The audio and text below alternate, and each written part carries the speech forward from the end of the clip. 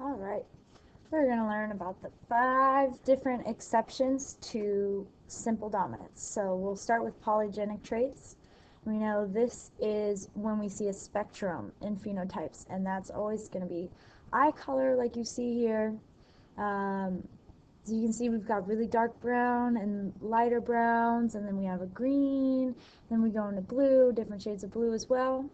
Okay, and this happens when there's more than one gene behind the trait that you can see. So that's what it ends up looking like with eye color. I think this is a better picture though. We've got 2 genes here, gene A and gene B, still 2 alleles for each gene though. And so if we end up with all capitals for genotype, all dominance, then we get bright red. But if we've got one recessive allele in there, one little b, then it's going to be a little bit lighter.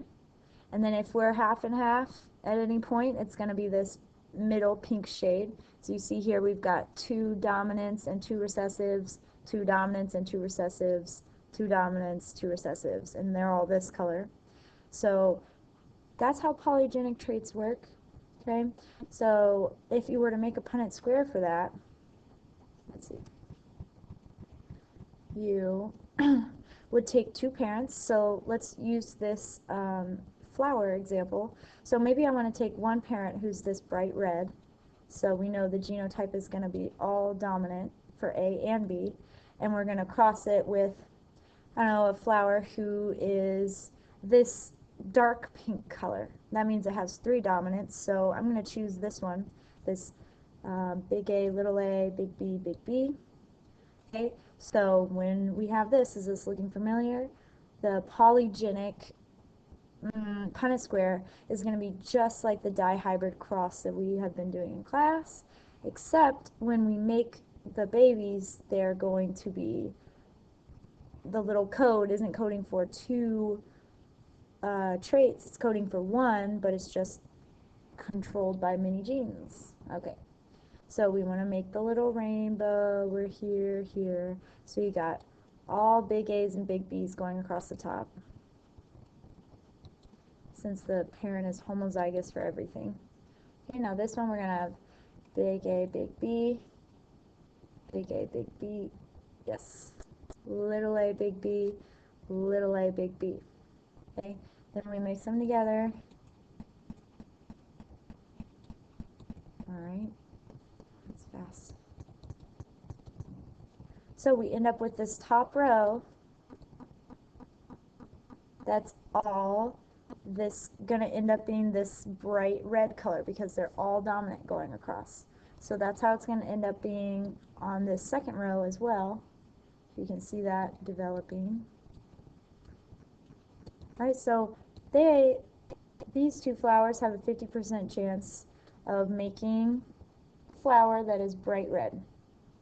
Okay, that is all homozygous dominant. Okay, now as we get down here and we start having lowercase letters, okay, we end up with these offspring.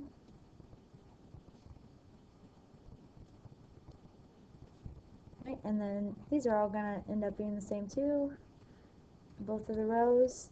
So on these 2 bottom rows, we end up with flower offspring that only have 1 recessive allele. So that means they're going to be this dark pink. So they're 50-50, their kids are either going to be this bright red or the dark pink. So that's how you do a Punnett square for polygenic. All right, except, okay, the difference between this Punnett square and the dihybrid cross that we did is even though we have 2 letters here, this is all coding for 1 trait. We look at this and say bright red. When we were doing the dihybrid cross before, we would look at this and say, okay, that A codes for length of fur and B codes for eye color. But this is just for 1 trait that we're looking at. All right. The next one is multiple alleles. Okay, you mostly hear about this with blood types, so I'm going to stick with that, but in the book I know they talk about chinchillas. Okay, multiple alleles also end up with more than 2 phenotypes. But it's different than polygenic because, as you see here, in a polygenic trait, you have multiple letters. You have an A and you also have a B. Okay? But here you have all the same genes. They're all the I genes, but they're just different alleles on the I gene. So that's why they're written this way. So this one, it's all C, but you've just got different types. Multiple alleles for all the same gene. So this is the C gene, but there's just more than just capital C, little c. There's more than that.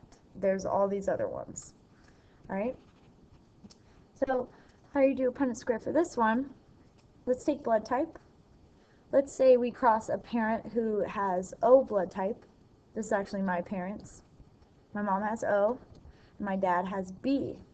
Okay, so my dad could either be IB, so that's homozygous, or he could be this, heterozygous for B, and that's going to be IB little I. Okay, and that's the same. Sometimes you shorten it, people shorten it and just put B, they leave out the I, but we're going to leave the I in so we know that it's multiple alleles and not multiple genes that we're dealing with. Okay, so it turns out when I got my blood tested, I am blood type O. I'm this genotype, little I, little I.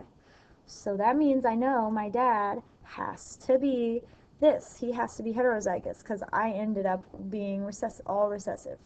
Okay, so you do the Punnett square the same way, just looks a little weird.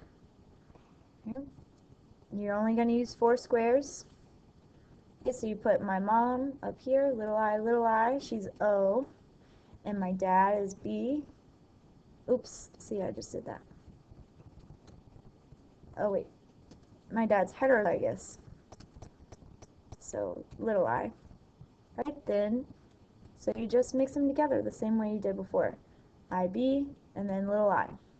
IB, little I. Little I, little I, little I, little I. So this means this will be a B blood type, this will be B blood type, this will be O, and that'll be O. Now, blood type's pretty cool. We can do another one.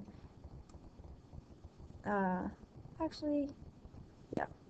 So if we cross 2 parents that are A and B, let's make them both heterozygous for A and B, just to make it interesting. So we got one parent who's IA little I, and one parent who's IB little I. Heterozygous for A here, and heterozygous for B here. Okay, so if we put one up here, and one here, and we cross these together, so this genotype is going to be AB blood type. So that'll be its phenotype. Okay, then we cross this, little I, IA, little I, little I, little I. Okay, so that means all the rest of the phenotypes, if we fill them in, this is going to be B, this is going to be A, and then this will be O. Okay, so that's how it works with multiple alleles. It's the same way with the chinchilla. So all you would do is you would, again, have to know which parents you want to cross of the chinchillas. So say you wanted to cross this parent and this one. You would do it the same way. You'd make the little Punnett square, and you put a big C, little c, and then, sorry, then this is one whole parent. Then you put a C, CH, and a C, CH. Right, and then you cross them just the same. It's just going to look a little bit weird. All right. So the next one is intermediate or incomplete dominance, and this is where you have a blending of heterozygous babies. So the common example is snapdragons or 4 o'clock flowers. This is what they're called. If you mate a red and a white together, they're going to be all pink. Okay, so the only way that you have a white is if you have WW. The only way you have a red is if you have RR. And the only way you get a pink is if it's RW. So this is an intermediate genotype and phenotype. It's not simple dominance because these are both capital letters. Neither one of them is dominating over the other one. So this is making me concerned. This picture is wrong. This should be big W, big W. So all of these offspring should be RW. That's really weird. So that one's going to be WW. Right, so this is the Punnett square of what it would look like. So if you cross on the first little cross that we do here, they crossed a red parent and a white parent. So they put the red parent right here, big R, and they put the white parent over here, big W, big W. So when you cross them, right, you end up with RW. Neither of them is dominating over the other one. They're just meeting in the middle in an intermediate place, which is going to end up being pink. Okay? So if you have something that's homozygous, in this, you never have to say homozygous recessive or homozygous dominant because there is no recessive trait. Recessive allele, I guess I should say. Whoa. Okay, now the other one that's kind of close to this, and keep a close eye on this Punnett square because it shows up, looks the same here, but in these organisms, something called codominance happens, right? And remember, co means with or together. So what's going to happen with these heterozygotes that are R and W is the red is going to show up and the white is going to show up. It's the same in this cow. This looks kind of brown to me, but you consider this color red, and then we've got some white here. So this cow is called a roan cow. You see that all the time when they talk about codominance, right? So even though the Punnett square looks exactly the same as it does here, in a genetics problem, it'll let you know that these traits are codominant or that they're incompletely dominant, something like that, so you know what to say. So these phenotypes would be, this is called roan.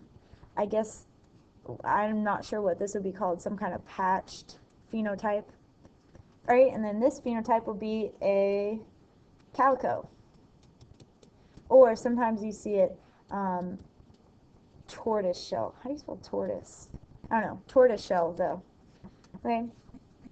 So that's codominance is both show up. Both alleles show up. They're together, co. Intermediate dominance is, excuse me, that there is a blend. All right? Okay, so last one.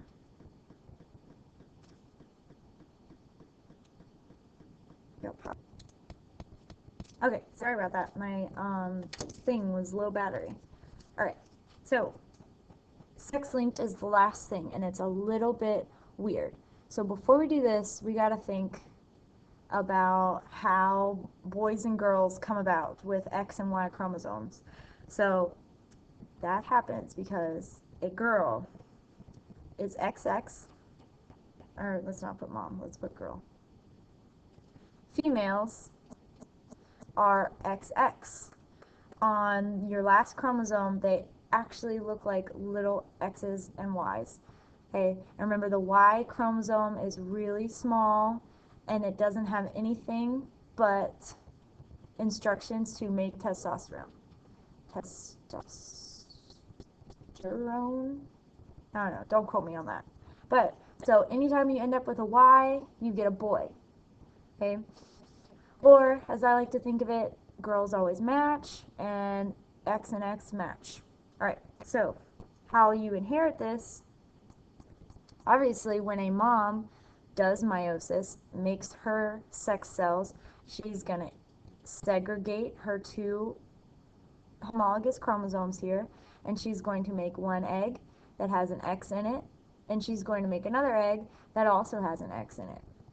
But when the dad segregates and independently assorts, he makes one sperm with an X in it, and he makes one sperm with a Y in it. Okay, so then you can combine this sperm and this egg, and that's going to give you an XX, which is going to be a girl. You can combine this sperm and this egg, which is going to be another girl. You can combine this sperm and this egg, which is going to be XY, that's a boy. Or you could combine this sperm and this egg, and that's going to be XY, that's a boy. Okay, so we can put this in a Punnett square just like everything else. Okay. So we've got mommy up here, she's always XX, daddy's always going to be XY unless something is wrong. So 50-50 shot every time you have a kid on if you're going to have a boy or a girl. Okay, so something that is carried on the X chromosome, something like a sex-linked trait, what you have is you have an X and you put a little letter, whatever the letter is going to be. So what, we're hemophilia probably, so we'll put an H.